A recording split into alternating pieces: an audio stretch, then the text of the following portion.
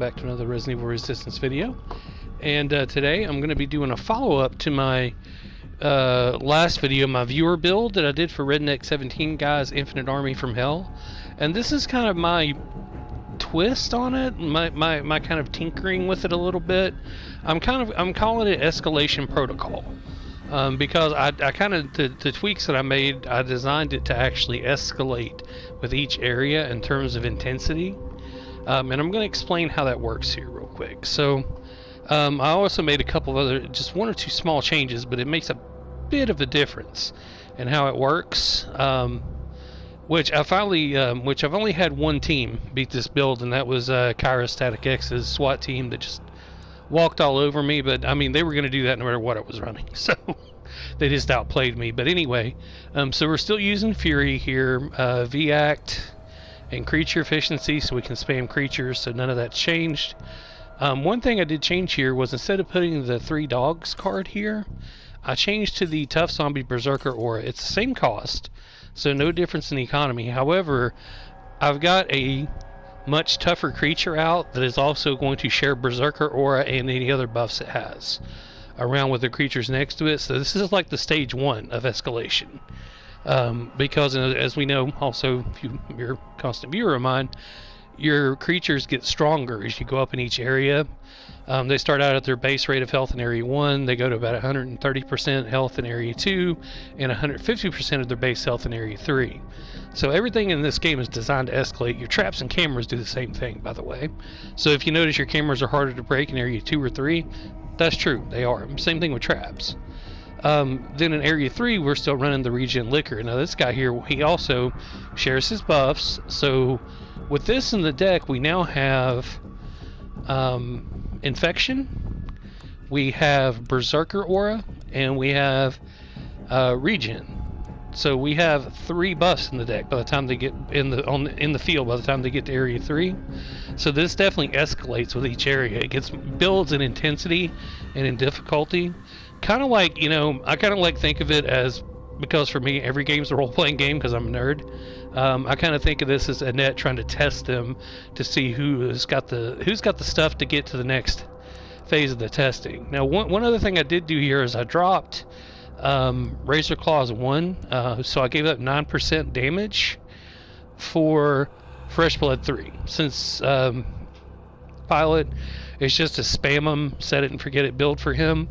I do tend to control creatures every so often, just because it's more effective to do that. But in the event that I'm just in a spam mode, the First Blood 3 is going to make the creatures grab more often, which is going to make this be more productive, because they're going to do more damage with grabs, they're going to get more health back. So this is actually a really good fit here. This actually helps. Now, I made no changes in the deck at all. The deck is still exactly the same because his deck is very balanced. He made a very good build here.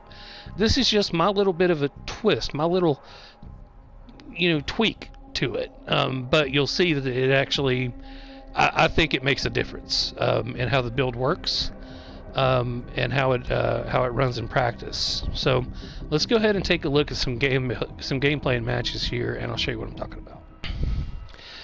Okie dokie. So here we go with the first match here. These are both solo queue teams, I believe. So this isn't like a SWAT team I'm going up against or anything like that. I know he said he's broken SWAT teams with this, but I don't know if that's an issue with maybe the teams he's running into not being able to keep up, or I know he said that he's got some not very good internet. There might be some lag going on there, but I know that this build will stand up against pretty much anything but a really competent pre-made SWAT team. So you can see the creatures are already grabbing. You see they're piling on Martin there. That's the fresh blood in play there. They're going in for him, so I'm just basically going ahead and spamming. And oh, you know what? This is a match I actually was testing out something else. I just noticed the detonators in the deck instead of the dog. I did test that out, and I found the dog was probably a better fit, because the detonator gives 10 seconds when it's killed, and the dog only gives 3. And the dog can also take off about 10 seconds when it grabs someone, versus the detonator, which only does 5 seconds when it explodes. So Yeah, this match, I still kept it in the video though because it's a good one. That minor change in one monster doesn't make much of a difference here in the long run, but I do stick with the deck. I did end up going back to putting the dog in the deck because it is a overall better option. But, you know, once again, no difference in economy. It still winds up costing 1 because of the creature efficiency and the mod. So I'm over here basically just trying to swamp them wherever they're at. So you can see here I'm getting prepared in this room where I have 2 keys. And I believe I'm at creature cap, yeah. So kind of just sit and wait here. Because there's 2 ways you can play this build. One is you can basically just follow the survivors around with the cameras and constantly spam zombies at them wherever they're at. Or if you want to set it up probably a little more strategically, you can set up rooms that they're going to have to try and get through with these high damage creatures. And then spam and replace creatures as they're killed. Going against a SWAT team, that's probably the better option, because if you're just spamming a couple of zombies here and there on them, they're going to kill them faster, and you can spawn them and just feed time. So, like in this scenario, my idea is that if they are going to get through it, they're going to have to basically try to run it, get in, get out, try not to fight too much, because they're going to get fucked up. Yep, so I'm going to go ahead and put that Ivy down there, and I've got another one in reserve from the supply zombie. That's handy, so I'm going to go ahead and drop this guy here. I'm also going to come over here and see if I can get the door locked before they get out here. I didn't beat Jill. No. I do not think you will be using this route. Probably not the best idea to waste that Ivy here, but we'll see. I mean, with this build, Ivies are kind of easy to come, easy to go, so. Sufficient for this task, I believe. I can't remember who that Jill is. I don't think that's Kronos, but it might be. I can't tell from here. I'm sitting too far away from the TV and the picture's too small. Okay, let's see. So, yep. So, yeah, I believe, yeah, they've already got all the puzzle pieces, and they're all down here. So they're going to get the area too. No, that's definitely not Kronos because they're running a rocket launcher. Yeah, that's right. He always runs the hot dogger. Dude's wicked good with the hot dogger. It's ridiculous. I like playing against him. He's a damn good Jill. Alright, so we got York down here across from the morgue. So we're going to go ahead and put a couple things down here. Probably want to save that, yeah. I was going to say, probably want to save that tough zombie berserker aura for when I get a few more creatures around so they get the benefit of that. So you're going to see the escalation come into play here. So so getting through Area 1, I've actually found a lot of teams can't even handle getting through Area 1 depending on the map. I've actually had some where I zerged them so much that they just weren't even able to get out of the first room of like the prison map, for instance. I've stopped them entire teams just in that first room, but that's kind of like my my test for them, I guess. And once again, I think it's just this match where I got the detonator. I might still have it in the second one, but I did end up putting the dog back in the deck, and it works better than the detonator overall. You know, on testing, because like I said, the detonator just feeds too much time. Especially with the other time feeding stuff in this build, because the creatures are just, they have no health. I mean, they're just like paper compared to survivors these days. That's like I tried running a similar kind of setup on Spencer, and it didn't really work out because, well, he can't spam as effectively as Annette, and very hard to overwhelm them.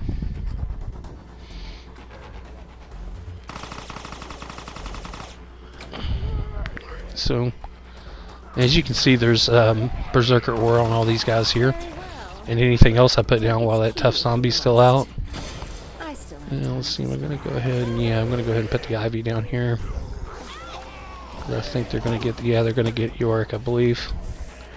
So yeah, you can see these guys are going to, once they get unstunned, they're going to come to life and start being a lot more aggressive. Yeah, there they go. Yeah, so thanks to the Berserker aura, they're a lot more aggressive.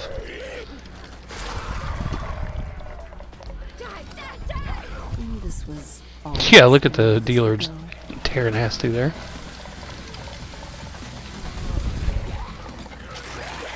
And then I noticed Jill's over here trying to be sneaky on me.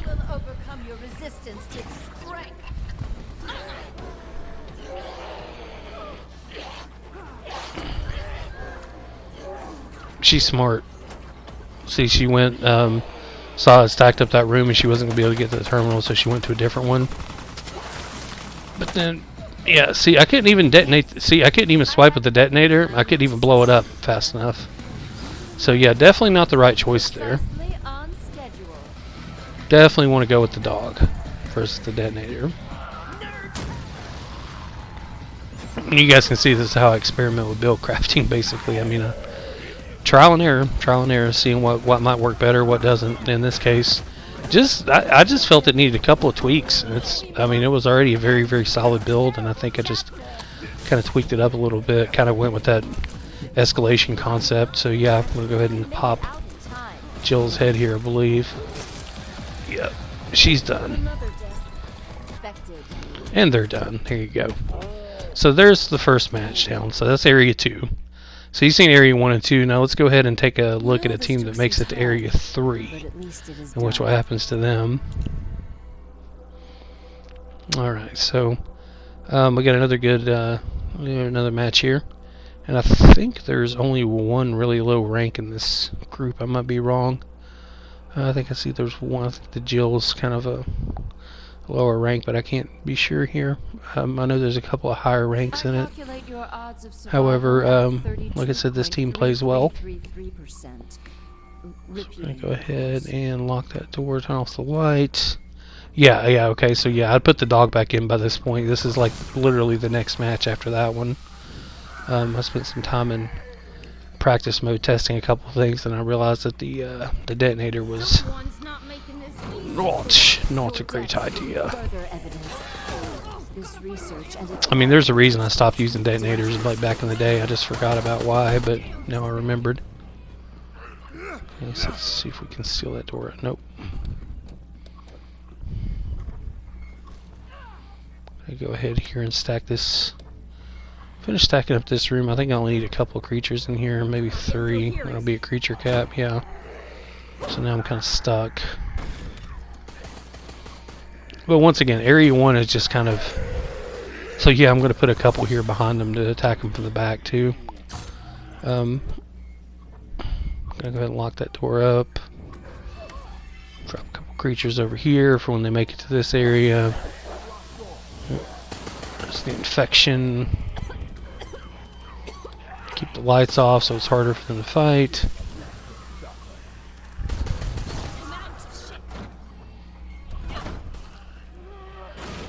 I know there's one key up there, but I would rather defend the 2 that are here. Basically let them have the 1, because my creatures are going up the stairs. They're going to make it harder for them to get back down. So we're just going to go ahead and stack this room up over here. But you can see they're all already, all of them but Tyrone are poisoned. I think that's a Tyrone in there, yeah.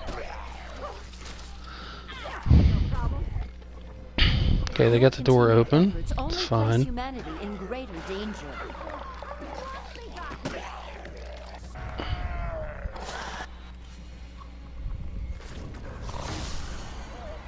Turn it off. Yep, there goes Tyrone. Yeah, we got somebody down. So yeah, I got that door locked. There's Tyrone getting bitten. He's now poisoned too, so everybody's infected.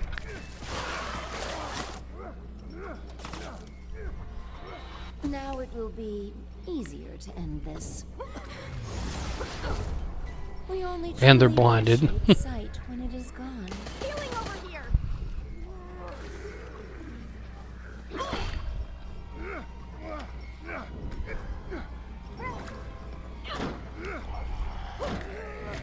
Try to put some surprises here for them once they get through that door.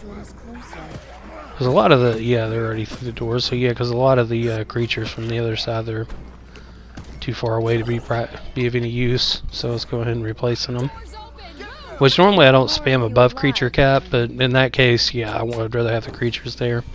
So they're going to get to area 2 with about 5:25 on the clock once it tabulates. So, okay, escalation protocol stage 2. So here goes the, so once again, you're going to see the tough zombie berserker aura come out. So we're going to have infection and berserk on the creatures. I'm going to go ahead and get infection on everything, and then I'm going to spawn this guy in as my, I believe, yeah, my 10th mob. So that's perfect for this particular map. And it looks like York, I think, is on the south end of the map here. So we're going to go ahead and keep spawning shit up here. I'm just going to go ahead and fight him from here. Another tough zombie berserker. Keep that going. Nope. Turn off that light. So filling up once again. Just getting in their way. Trying to be a fly in the ointment. You know, monkey with a wrench. I am going to go ahead and put the IV in here with Yorick so that he is effective. Each step they take brings you closer. I remember there was one match I had in a prison where I actually put that. I had a door locked to area 3, and I put that tough zombie berserker aura on the other side of the door, near the exit, and I had the other side of the room beefed up full of creatures, and they dropped the key next to that door, so everything. He kept buffing everything with berserker aura through the door that was over on that side of the room, and they couldn't stop it. They couldn't get it. They couldn't get the door broken down to kill it or even pick up the key. It was beautiful, man. I don't think I recorded that one though. I wish I did. But yeah, you can see here there's already somebody down, and I'm about ready to kill Tyrone here because they're shooting at me trying to break the grab, but they're not going to. So yep, there's Tyrone's dead. They got I think Jill. Yeah, it was Jill Pacalypse there. They got her back up. Yeah, I need to get better with G. I'm not very good with G Birkin at all. In fact, I'm not very good with any of the bioweapons for that matter. Yeah, there goes Jill's bullshit rocket launcher. Security card if you must. I don't have time to stop you. Hey, are you okay there? These creatures should never have been made. I mean, even though, yes, I use it too. When I play Jill, it's still bullshit. I would still rather it not be in the game than be in the game. Because I would gladly give it up to not have it in the game, period. Like, a grenade launcher would have been more, like, probably a better option. But a little more balanced option. Go ahead and get rid of that mod. Don't need it. Yep. Oh, and because of Berserker Aura, I was able to get over there fast enough because he's got Berserk. You know, everything in here is going to have Berserk. There's two tough zombies in this room. And they're going to hit really fucking hard. And I'm going to go ahead and jump in this guy and try to bite Jill. Yep. Stopped her from getting the terminal again. So you can see the difference in Area 2 versus Area 1 here. Not just the more creatures, but they're faster. And a little bit tougher, so in Area 3 is just fucking madhouse. I mean, it's just goddamn chaos. I'm not going to lie. It's just fucking chaos. Which I actually scrapped another video I was going to do with that original version of the build because I kind of decided to tinker with it a little bit because, you know, I'm a tinkerer. I like to get in and mess with the mechanics of things in this game. So, but yeah, so they got one more terminal to get up here, and I'm going to try to get in the way as much as possible, of course. And I'm going to have a G back here in just a moment.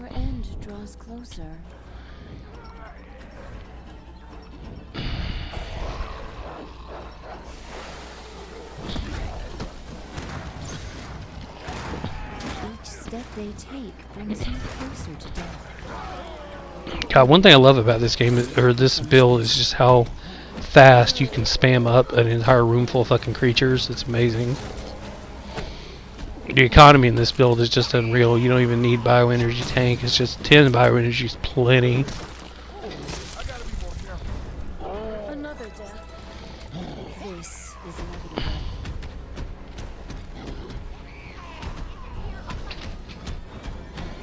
I always have the advantage. Now it is sealed. And the reason I had to go with this match is because this is like one of the only matches I have recorded where a team made it past Area 2. Running this incarnation, the build is just, it's not common.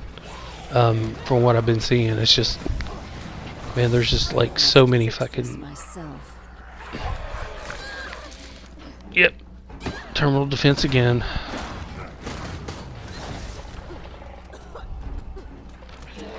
Yeah, see, I'm going to make Becca have to kill me to get that terminal.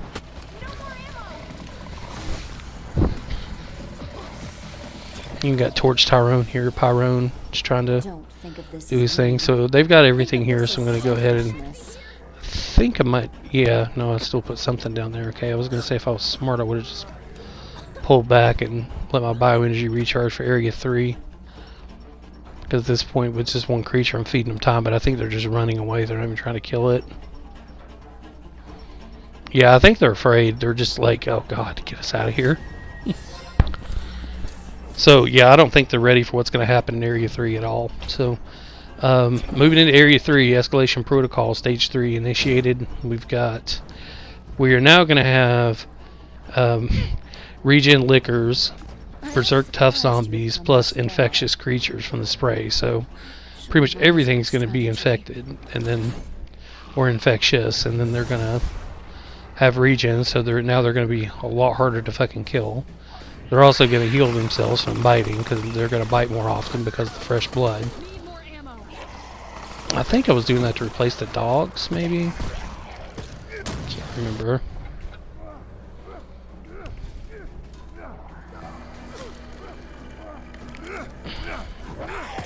Even as you fight, your end draws closer. Okay, yeah, so you can see here I'm just able to basically just wherever they're at, I can just flood them with creatures. I think I'm going to trap somebody. Yeah, I trapped Becca. It looks like Becca. I'm going to trap her down here with some things once the...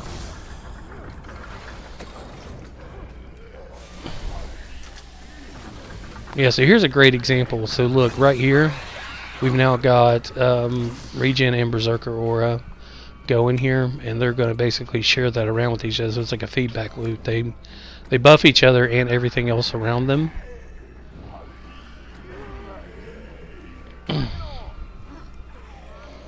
And they don't have a Martin to remove the buffs. Oh, it's beautiful. So yeah, they're gonna try to make it over here, but they're just... Alright, so...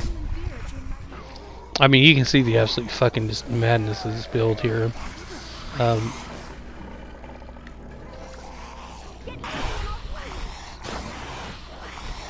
Because if you can get a 12-pack, like a full 12 creatures in one room with all 3 buffs going, it is absolute fucking pandemonium, man. And then Birkin on top of it over the top, yeah. I don't even think they're able to even get to the Biocore in this match. I don't think they're even able to scratch it. Yeah, because they're about to ready to lose back here. This is it for them, pretty much. So there you go. This is my what I call my Escalation Protocol version of Redneck 17 Guys Infinite Army from Hell build. I hope you guys liked the video. Make sure to like, comment, subscribe, and all that jazz. Also Cash App if you want to donate. It's KassienBlack. It's in the description. Thank you, Black Cokes, for stopping by. We'll see you in the next experiment. Have a great rest of your night. Well, this took some time, but at least it is done.